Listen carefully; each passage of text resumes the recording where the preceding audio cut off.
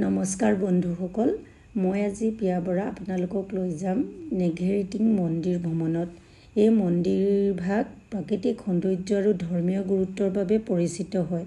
এই পথটো অতি শুৱনি, গছ পাহাৰৰ মাজেদি যাব লগা হয়।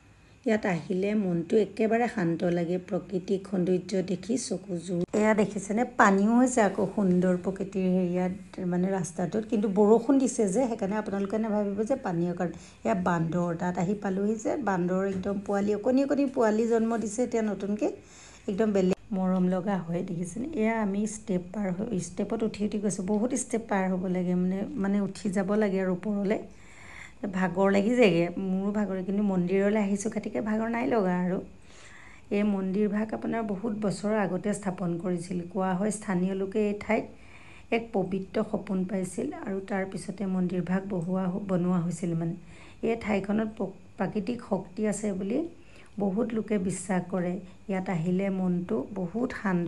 এই মন্দিৰত শিৱ দেৱতাৰ মূৰ্তি, পাৰ্বতী দেৱী, গণেশ আৰু হনুমানজীৰো মূৰ্তি আছে। সকলো মূৰ্তিয়ে বৰ পবিত্ৰ হয়।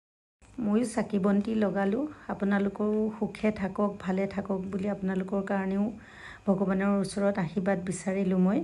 বন্ধুসকল, নেঘেৰিটিং মন্দিৰভাগ ধুনীয়া পবিত্ৰ ঠাই। ইয়াত আহিলে শান্তি অনুভৱ হয়।